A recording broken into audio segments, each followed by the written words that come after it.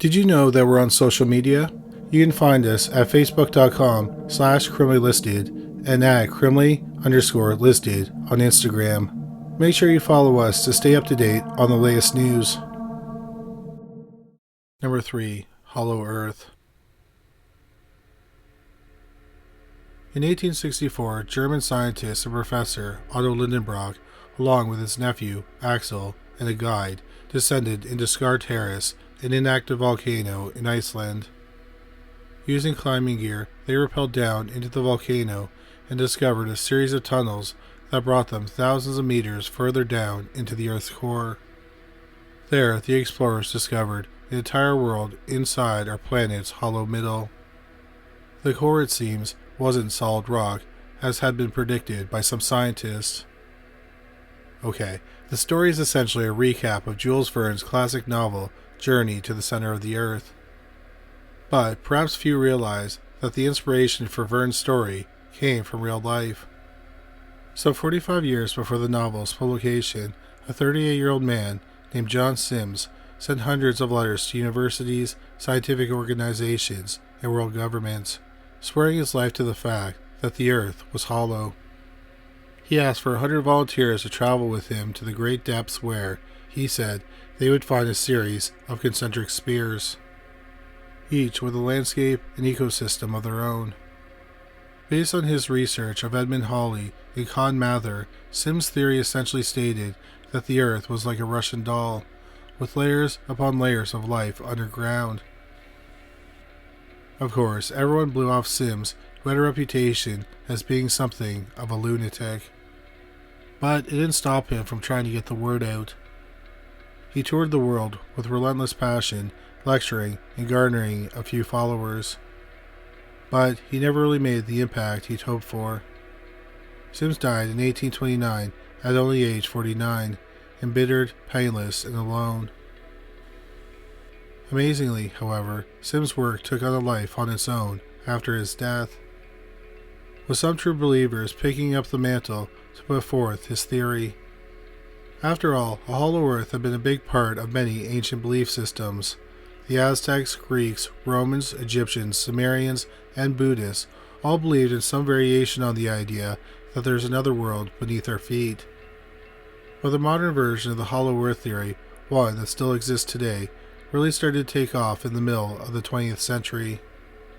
Though during those years the theory started taking on a more conspiratorial bent. Why, believers asked, did governments embark on so many North and South Pole expeditions in the middle part of the century? For example, on August 26, 1946, Admiral Richard Byrd led a huge U.S. naval fleet, 33 ships, including submarines and aircraft carriers, to Antarctica. Outwardly, their mission, Operation High Jump, was said to have been to test military technology in frigid conditions. But there are some who believe, including, apparently, Byrd's descendants, that the Admiral was searching for a hidden gateway into the Earth below. Given that the Earth's magnetic fields branched into two different directions, outwardly for the North and South Poles, it is believed secret hidden openings to the Earth's core exist in those locations, and that the governments of the world have covered up their existence for decades. But what's exactly inside this hollow Earth of ours? That's where the theories really vary and get pretty wild. There are those who believe dinosaurs still roam the surface of one of those concentric spheres beneath us, and that any dinosaur skeletons we find today are the result of some creatures somehow escaping the Earth's core. So they were killed not by a meteor, but by the fact that their massive bodies couldn't hold up under the top layer's gravity. Others, like author Rodney Clough, believe the hollow Earth houses a race of technologically advanced aliens. The crux of the theory comes from reports in the 1950s that had U.S. naval vessels reported seeing UFOs diving into the water off the coast of Alaska. He also tries to explain why modern satellites don't pick up UFOs in our orbit. Because they didn't come from outer space, they came from inner space, deep within the Earth's core. Finally, there's the theory that the hollow Earth doesn't contain aliens or dinosaurs, but rather humanoids. In books going back to the 1800s, stories have come along describing a race of giants who live underground. In 1975, cryptozoologist Michael Grumley published a book called There Are Giants in the Earth, in which he lays out his case that creatures like Bigfoot and Sasquatch are actually refugees from deep down under, perhaps lost on our level of the planet and searching, as Admiral Byrd was, for the entrance to the other worlds below. Number 2. Lizard People. There's a great little cult movie from 1988 called They Live. It stars a former professional wrestler, Roddy Piper, as a man who, after putting on a pair of special sunglasses, begins to see the hidden truth that a race of shape-shifting, lizard-like aliens have taken over much of the earth and they live among us without us realizing it. Could it be possible that this crazy sci-fi premise is also based on a true story? Sort of. The movie was based partially on a 1963 short story by Ray Nelson called 8 O'Clock in the Morning. Nelson based his lizard people idea on a tale by Robert E. Howard for the 1929 Weird Tales comic book, The Shadow Kingdom. Howard, in turn, based his story about lizard people on the teachings of Theosophy, an esoteric religion that took root in the late 19th century. Some of Theosophy's main tenets include a belief in lost civilizations, shape-shifting species, and hidden worlds that exist alongside our own. But it wasn't until after They Live hit theaters that the lizard people theory hit the mainstream. Thanks to a man named David Icke. He was a former pro soccer player in the early 1970s. But he had to give up his goalkeeping position with Hereford United after the arthritis in his knees became unbearable. In search for a cure, he stumbled upon New Age medicine, which apparently led him down a rabbit hole full of conspiracy theories and alternative thinking. In 1991, Icke appeared on a national television show espousing the lizard people theory. Icke's version, however, adds a more dire undertone to the mythos.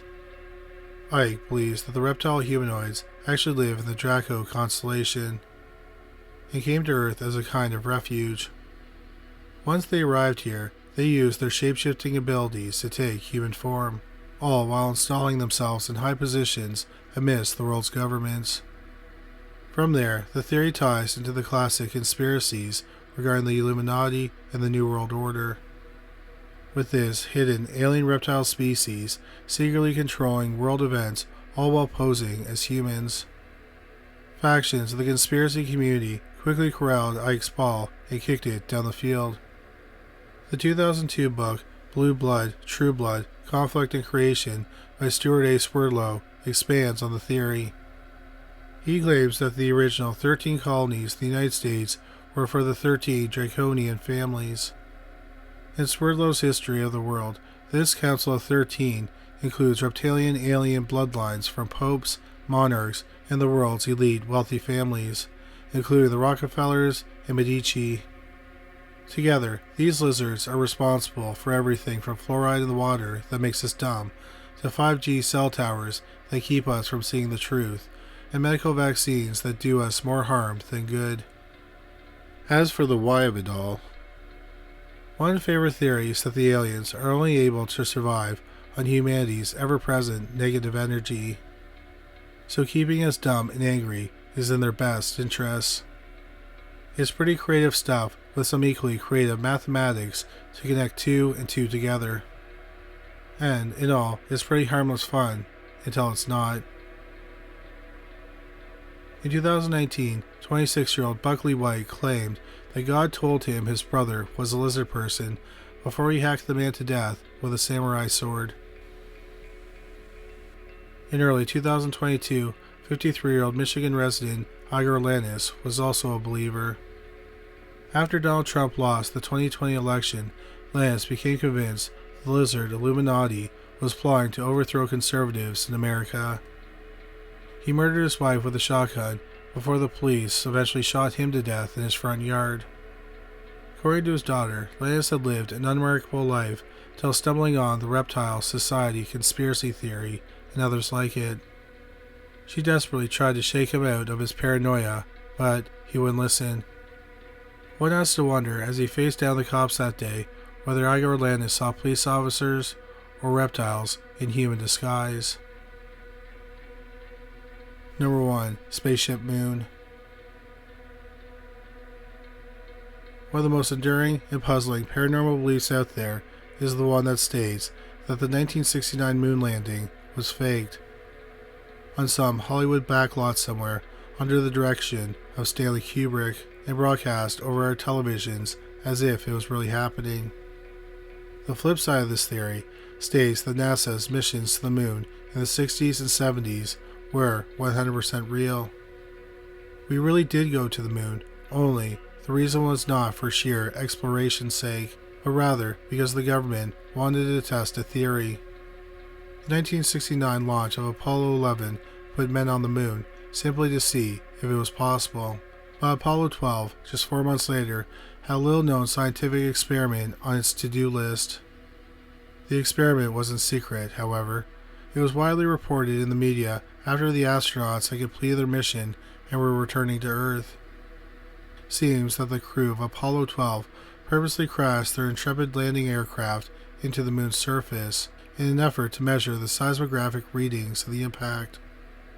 They, along with scientists on Earth, were expecting to record tremors for just a few minutes after the crash, similar as to what would happen in a similar test on Earth. Instead, the NASA white shirts were shocked when readings occurred for nearly an hour unabated. In 1970, geological sciences professor Clive Neal was quoted in Popular Mechanics magazine as saying the moon was ringing like a bell after the impact. Perhaps as if the crash shockwaves continued bouncing around inside of it. This gave rise to speculation that maybe the moon was hollow. One question about these surprising test results at the time, Dr. Maurice Ewing of NASA scoffed at the idea. The thought of a hollow moon hadn't even entered my mind until this moment, Ewing said to the question, adding, and it passed through very quickly. But the Apollo intrepid test, despite NASA's denials, eventually gave rise to an intriguing concept called the Spaceship Moon theory. It states the moon is actually an alien-made vessel with all its components hidden within a hollow core. In other words, as Obi-Wan says in Star Wars, that's no moon. It's a space station. Michael Vassin and Alexander Shabayov were two Soviet scientists who, in 1970, hypothesized that because many of the moon's craters have flat bottoms instead of convex ones, like you get by pushing a tennis ball into sand, it proved that any meteors that hit the moon actually bounced off a buried steel shell which serves as a kind of outer hull for whatever's inside. Other proof-positive indications, according to true believers, include the fact that the moon never revolves in its orbit around the Earth, with its face staying visible to us at all times, and the fact that the moon is the absolute right size to cover the sun during an eclipse. A measurement so impossibly perfect that it can only be the result of purposeful construction. One widely held theory states that the moon is 4.53 billion years old. So whoever built it, if, in fact, it is an alien-made orbiting satellite, perhaps abandoned it long ago enough that it collected a nice layer of dust in the interim. Or as one Canadian 9th grader observed upon hearing the Spaceship Moon theory for the first time, maybe the aliens actually didn't leave that long ago. Maybe they've watched humanity emerge from the ooze to be a species intent on destroying itself. To them, it's probably like watching monkeys throw poo at each other in a zoo, the student said, so they just went home. Somehow, that seems like the most logical theory yet.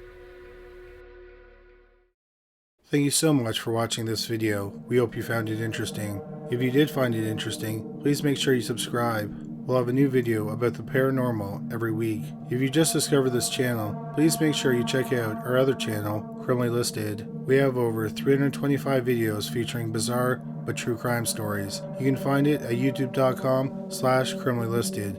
We also have a podcast about cold cases that were eventually solved called Criminally Listed Presents Into the Killing. You can find it on Stitcher, Spotify, Amazon Music, and anywhere you find great podcasts. But that's all for today. Thanks again for watching.